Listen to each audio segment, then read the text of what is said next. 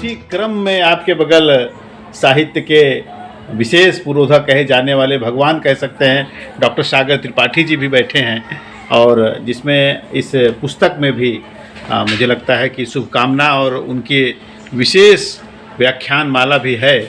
तो आज मौके पे बैठे हैं तो मैं सागर साहब से भी ज़रूर पूछना चाहूँगा कि ऐसी पुस्तक रोज़ रोज़ सृजित नहीं होती है। अगर यह बनी है तो इसके पीछे का रहस्य और आगे का उद्देश्य, अगर दोनों एक साथ बोलना है तो मैं चाहूँगा कि आप इस विषय पर कुछ बोलें। डॉक्टर साहब को बड़े कम समय में बड़ी निकटता से मैंने बड़ी गहनता से इनको परखा है, क्योंकि मैं बचपन से पारखी रहा हूँ और बड़े अच्छे अच्छे साहित्यकारों की संगत में रहा हूँ। मुझे मुंशी प्रेमचंद जी के पोते ने, अमृत राय जी के लड़के ने पढ़ाया था, आलोक राय जी ने अंग्रेज़ी पढ़ाई थी, और ये पांचों विभूतियाँ ये खुद जानते हैं कि हम सालों साल उनके साथ, और फिराक साहब के साथ तो जीवन हमारा गुजरा है। हमारे पिताजी के पिताजी का उनके पिताजी के साथ आत्मिक संबंध था। मैं शामली से शुरू करता हूँ। एक मेधावी किशोर अवस्था से आगे बढ़ता हुआ विद्यार्थी वयस्क बनने की कगार पर है और वो शामली का निर्माण करता है। यह उसकी प्यास थी कि उसे साहित्य रचना था। अब 16 किताबें और लीजिए। इस दौरान पढ़ाई हुई, मनोवृत्ति बढ़ी, सम्मान मिले, अपने पैरों पर खड़े हुए। बहुत ध्यान से सुनिएगा, लेकिन इस सफर में पुस्तकें और स्वाध्याय उनका साथ कभी नहीं छूटा। और इसमें एक ऐसा भी आयाम आया कि अध्ययन के बाद अध्यापन भी इनके जीवन में आया है। 3-4 बहुत अच्छे विद्यालयों में बड़े अच्छे पद पर, लेकिन मन नहीं लगा वहाँ। फिर आप अगर ध्यान दें तो आकाशवाणी के पहले स्तुत्य आया है, यानी वो अवधारणा जो अध्ययन से, अध्यापन से और एक चतुर्थ अध्याय में जुड़ते हुए स्तुत्य, आध्यात्म तक पहुंची, आराधना तक पहुंची। आराधना का वह आयाम जिसमें स्तुत्य है, इन्होंने इनके जीवन की दिशा बदली। आध्यात्म प्रेमी शुरू से थे। डॉक्टर साहब ने जब ये आकाशवाणी की संरचना की है तो विश्वास मानिए इनके जीवन में सबसे बड़ा असमंजस, सबसे बड़ी शोध ग्रंथ का रिसाव अगर हुआ है तो वो आकाशवाणी की। कारण ये था कि हर विद्वान की जीवन में एक ऐसा समय आता है जो शब्दकोश के शब्द उसका साथ छोड़ देते हैं, कम पड़ जाते हैं, उसकी ज्ञान गंगा इतनी बड़ी प्रवाहित हो जाती। तब इन्होंने सहारा लिया, वसुंधरा के एक आध्यात्म पुरुष ने आकाश की तरफ देखा और वहां से आकाशवाणी का जो इनके पास एक बिना तार का एक निर्वहन संदेश का हुआ, तो जितनी गहनता जीवन भर की थी, इन्होंने एक प्रयोग के तौर पर आकाशवाणी में निहित कर दिया। अब ये बात और है कि इसके जब रचना के समय इसमें कुछ ऐसे भी आयाम अध्याय हैं जो इन्होंने लिखने को तो लिख दिया था, लेकिन अगर उस वक्त इनसे कहते कि आप इसकी व्याख्या कर देते तो ये नहीं कर पाते थे, क्योंकि सोचने का समय इन्हें नहीं मिल पा रहा था। आध्यात्म मंत्र की तरह होता आया, कोई अश्लील गाना नहीं है, पुरवा नहीं है, बिरहा नहीं है, यह आध्यात्म वेद की ऋचाएं हैं। इसमें अभूतपूर्व जितने आलेख हैं, श्रुति बोध है, उनका संकलन है। तो जब इन्होंने इसकी रचना की तो इन्होंने ईश्वर का सहारा लिया। 46 वर्ष का जो पूरा इनका आध्यात्म का, रामायण का अध्ययन, वेदों का अध्ययन था, ये सब निचोड़कर आकाशवाणी में निस्वार्थ भाव से, विश्वास मानिए इतना बड़ा अपव्ययी लेखक हो सकता है, ये मैंने पहली बार देखा। और यही हमारा दर्द है कि अपने जीवन की बड़ी ईमानदारी से मेहनत की कमाई का एक अच्छा खासा हिस्सा इसको हाथ में लेने पे अगर कोई बनिया भी तौले तो पेपर का वजन ही इतना है कि किताब की कीमत का पता चल जाता है। तो मेरे मस्तिष्क में एक विचार आया कि यह संकलन इसी तरह से मितव्ययी होकर आम लोगों की रीच में पहुंचने लायक बने। जैसे मेरा शब्दवेद और शंखनाद मैंने उसका एक ऐसा संकलन कराया जो चौथाई कीमत से भी कम में निकला। हमने कभी जीवन में पुस्तकें बेची नहीं है, लेकिन अब ऐसा नहीं चल सकता। इन पुस्तकों का जब संस्करण निकालिए तो जीवन भर की गाढ़ी कमाई लग जाती है। तो मेरी एक तो राय और एक निवेदन, जैसा डॉक्टर दयानंद तिवारी जी प्रोफेसर साहब चाहते थे कि हर जनमानस तक इसे पहुंचाने के लिए इसका एक मितव्ययी संस्करण निकाला जाए और हम सब भी इसमें सहयोगी बने। जो पुस्तकालय हैं, संस्थाएं हैं, उनको अप्रोच करके और इसमें पहले से ही उनको एक लालच दिया जाए कि जो इसकी प्रोडक्शन कॉस्ट है, प्रिंटिंग कॉस्ट है, उससे बहुत कम प्रॉफिट के नाम पर न के बराबर लोगों तक पहुंचाई जाए। इससे होगा क्या कि ये चीज़ जो होगी आम जनमानस तक पहुंचेगी। मेरे एक शेर का चरित्र नहीं मिल रहा था। शेर बहुत प्रसिद्ध हुआ कि जब जुनून दिल में हो, पंखों में जान पैदा कर, उड़ान भरनी हो, खुदा आसमान पैदा कर। डॉक्टर कृपाशंकर मिश्र जी ने जमीन पर रह करके अपना नया आसमान पैदा किया। वहां तक का सफर अपने पंख पर, अपने जुनून से, अपने हौसले से तय किया। आकाशवाणी बाध्य होकर के इनके चरित्र में, मानस पटल पर, इनकी रूह में, आत्मा में समाई। और ये जो भी शब्द हैं, दावे के साथ मैं कह सकता हूँ कि ये इनके नहीं है, धरा के नहीं है, आकाश से आए हैं। तो ये इल्हाम जिसको हो जाए, इसी श्रेणी में हमारी श्रुतिबोध, श्रुतियाँ, पुराण, वेद। मैं अलंकारिक भाषा नहीं प्रयोग कर रहा हूँ, मुझे कहीं हल्की सी ईर्ष्या, प्रसन्नता भरी इनसे है कि मुझसे 15 वर्ष उम्र में कम है, लगभग 18 वर्ष उम्र में कम है, लेकिन यह आध्यात्मिक परिपक्वता, प्रोफेसर साहब भी मुझे बताएं कि अगर मैं गलत हूँ, कि कितने गति से ये उत्कर्ष पर पहुंची कि आकाशवाणी को बाध्य होकर इनमें समाहित होना पड़ा और इन्होंने उसका अलंकारिक रूपांतरण करके रख दिया है। अब आप इसे वेद की श्रेणी में रखें, रसखान के लिए या घाघ की कहावत कहें, ऐसी पूंजी है।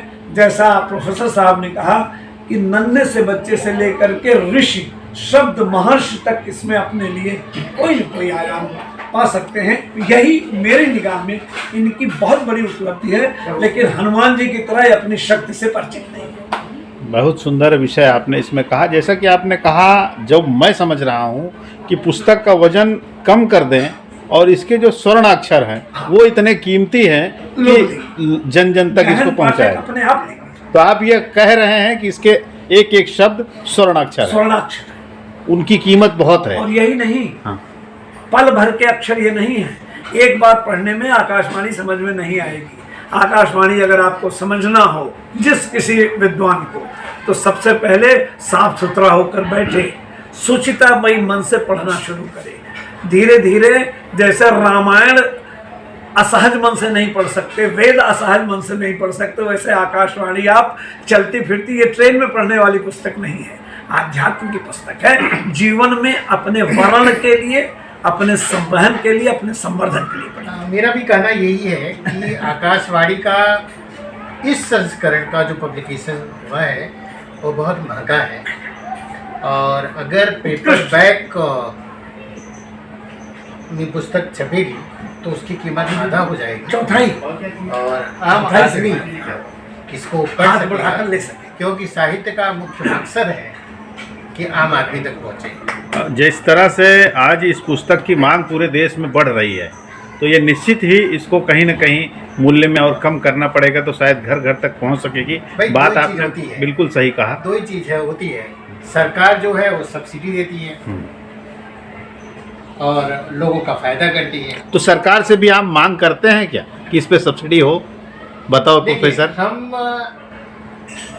भारत सरकार और महाराष्ट्र राज्य साहित्य अकादमी, यह दोनों से जरूर यह निवेदन करेंगे कि इस पुस्तक पर वह एक कमेटी गठित करें और देखें कि इस पुस्तक का स्तर कितना है, और उस स्तर को मुझे विश्वास है कि वह कमेटी रिकमेंड करेगी। और जिस तरह से हमारे पुराने ग्रंथों को आप जानते हैं कि गोरखपुर से एक प्रकाशन है गीता प्रेस प्रकाशित करता है आम लोगों तक पहुंचाने के धर्म लिए। का जो भी ग्रंथ हो पहुंचता है। तो ऐसे ही स्वयंसेवी संस्थाएं भी हो सकती हैं, सरकारें भी हो सकती हैं। कोई यह बंधन नहीं है कि महाराष्ट्र सरकार करे, केंद्र सरकार करे, सांस्कृतिक विभाग करे, या मध्य प्रदेश सरकार भी कर सकती है, या बिहार सरकार भी कर सकती है।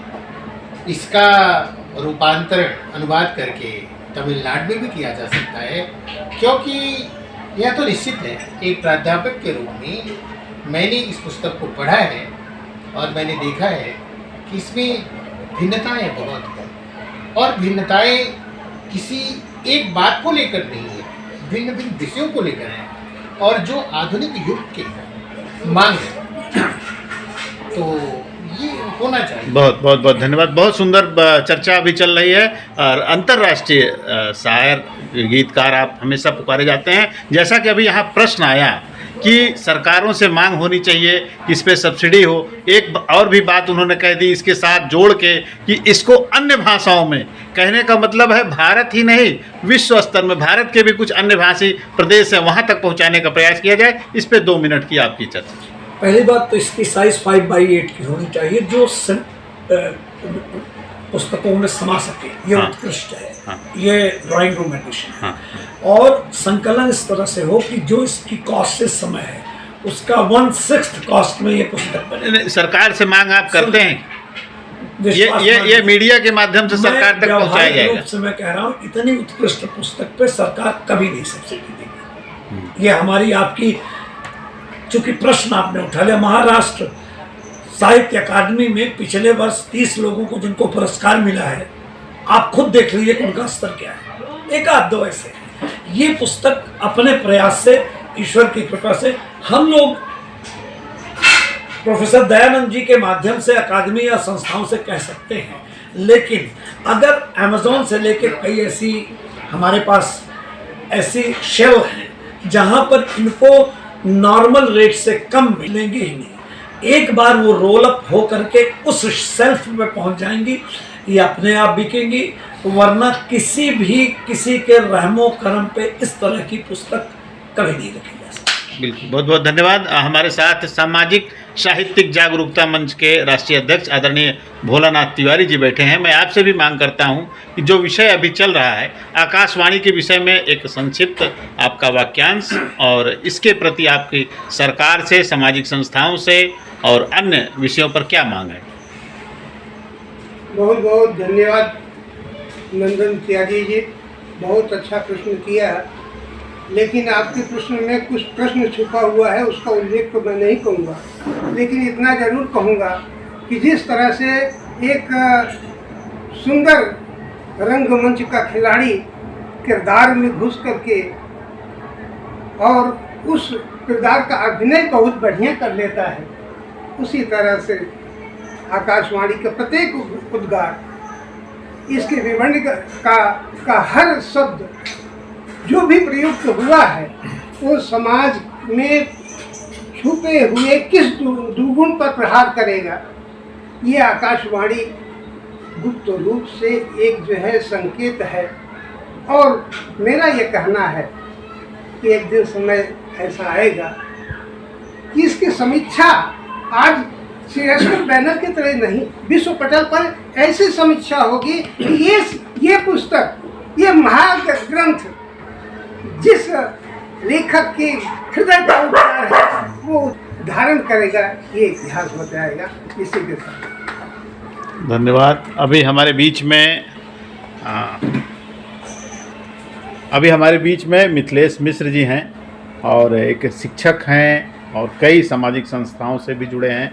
आज जिस विषय पर चर्चा हो रही है आपने संपूर्ण विषय सुना ही है। जैसा कि सागर साहब ने कहा, यह स्वर्ण अक्षर हैं, ये अगर हल्के पेपर में भी रहेगा तो इसकी कीमत है, क्योंकि शब्दों की कीमत होती है। जैसा कि प्रोफेसर साहब ने एक बहुत बड़ी बात कही कि इसका अन्य भाषाओं में भी रूपांतर होना चाहिए, सरकारों से भी आपने मांग कर दी, तो आपका इस विषय में क्या कहना? सबसे पहले मैं बोलना चाहूँगा, इतिहास साक्षी है जब जब साहित्यकारों की लेखनी कुंद हुई है तब तब आपाइयों ने सर उठाया है। क्या बात है। और जब जब साहित्यकारों की लेखनी में रोशनाई निकली है तब तक सामाजिक परिवर्तन हुए हैं। और समय समय पर ऐसे ऐसे साहित्यकारों ने जन्म लिया है जिन्होंने अपने लेखनी के द्वारा समाज में क्रांतिकारी परिवर्तन किए हैं। ऐसे ही डॉक्टर कृपाशंकर मिश्र जी हैं और उनकी लेखनी से जो भी निकला हुआ है वह एक सामाजिक परिवर्तन करेगा, क्योंकि डॉक्टर कृपाशंकर मिश्र जी सामाजिक सरोकारों से जिए हैं। उन्होंने बचपन से समाज में गहनता से डूबा है और अच्छे अच्छे सिद्धस्त साहित्यकारों के संपर्क में रहे हैं। आपके अनुभव, आपके सामाजिक सरोकार इन साहित्यिक रचनाओं में झलकते हैं। और मैं तो इतना ही कहूँगा कि इनकी रचनाएं समाज में हर आयु वर्ग के लोगों के लिए पठनीय है, संग्रहणीय है, लोगों को लेना चाहिए, पढ़ना चाहिए। और सरकार से मैं भी ये निवेदन करता हूँ कि उनकी एक कमेटी होनी चाहिए कि जो साहित्यकार सामाजिक सरोकार से युक्त रचनाओं को लिखते हैं उनको प्रोत्साहन दें और उनको कम से कम दर पर छपाई का व्यवस्था करना चाहिए जिससे ज़्यादा से ज़्यादा लोगों को मिले। बहुत सारी चर्चा आज आकाशवाणी पर हुई है।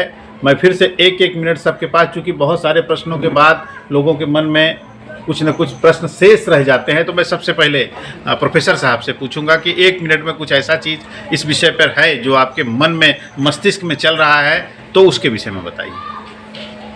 मैं इतना ही कहूँगा कि आकाशवाणी डॉक्टर कृपाशंकर मिश्र जी की एक ऐसी पुस्तक है जिस पर आज चारों तरफ चर्चा है। चर्चा इस कारण है कि उसमें उतनी निधियाँ छिपी हुई हैं। तो ये हमारी सांस्कृतिक धरोहर का एक ग्रंथ है।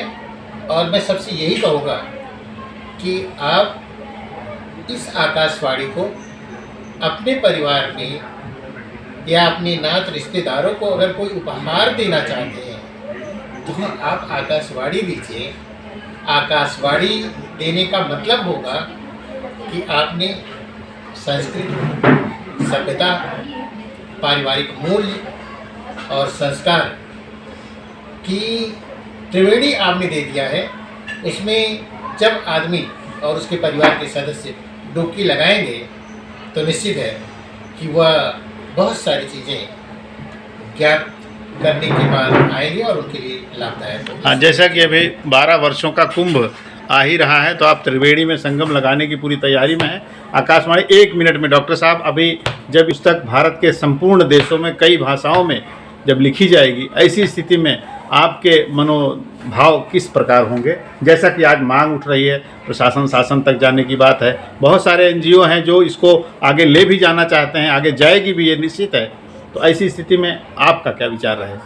मेरा उद्देश्य ही इस साहित्य सृजन का रहा है कि अभी तक मैंने आकाशवाणी जितना भी वितरण मैं कर सका हूँ वो निःशुल्क ही हुआ है।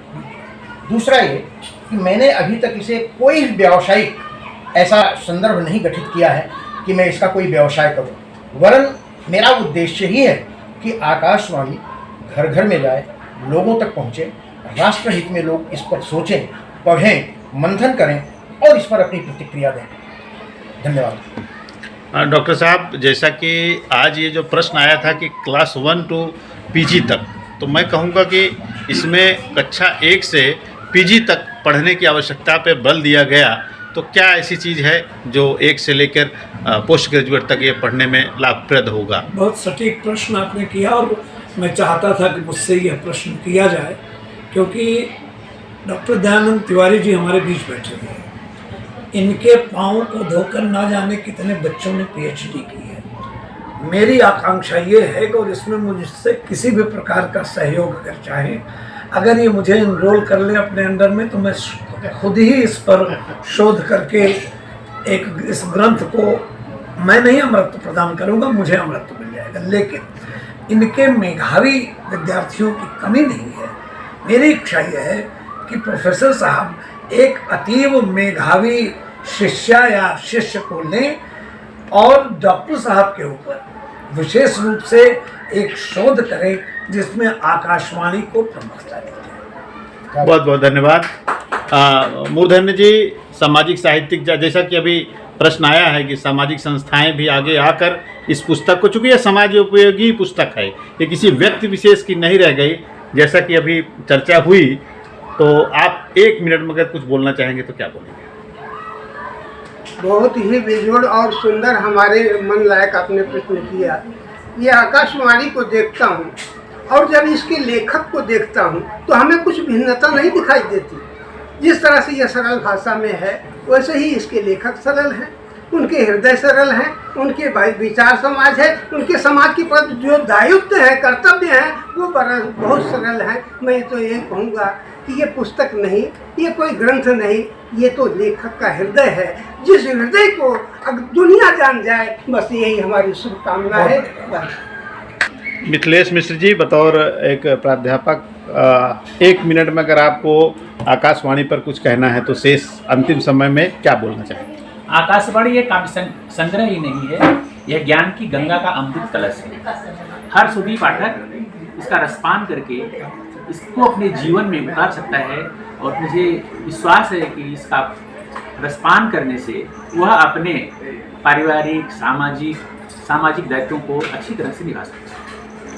बहुत बहुत धन्यवाद। दोस्तों, सभी दर्शकों से मैं आग्रह करूंगा कि जिस प्रकार से डॉक्टर कृपाशंकर मिश्र जी ने अपने 10वीं से रामलीला मंच तक, गांव तक जाने की जो कथानक संपूर्ण बताया, इससे एकदम परिदृश्य दिख रहा है कि तुलसीदास जी ने जिस प्रकार से चित्रकूट से काशी, काशी से फिर चित्रकूट की यात्रा की, इस बीच में उनको राम जी का जो संपूर्ण ज्ञान मिला, दर्शन मिला, इसी तरह से आपका भी दर्शन दिख रहा है। और आज इस मंच पर जिस तरह से मांग हुई है इस पुस्तक को अन्य भाषाओं में लिखने की और इसको और सहज बनाने के लिए, पत्र पत्रिकाओं को सरल माध्यम से लोगों के घर तक पहुंच सके, जो खरीदना चाहें कम मूल्य में इसको खरीद सकें। सरकारों से भी सब्सिडी की मांग की गई है और अन्य संस्थाओं से भी मांग की गई है कि समाज के उत्थान के लिए आप लोग आगे आएं और ऐसी पुस्तक को घर घर पहुंचाने का काम करें।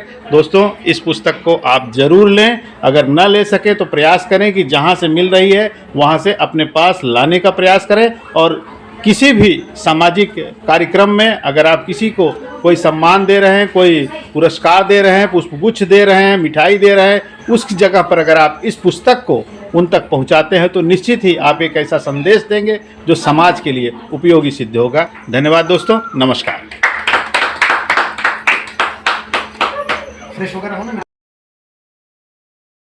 इस कार्यक्रम के प्रायोजक हैं गायत्री टूर एंड ट्रैवल्स। त्योहारों का मौसम हो या छुट्टियों का सीजन, ऑफिस वीकेंड हो या गांव की दौड़, देश भर में कभी भी कहीं भी संपर्क करें गायत्री टूर एंड ट्रैवल्स, जो चले हर कदम आपके साथ। पालघर, महाराष्ट्र। फोन नंबर है 9823147247।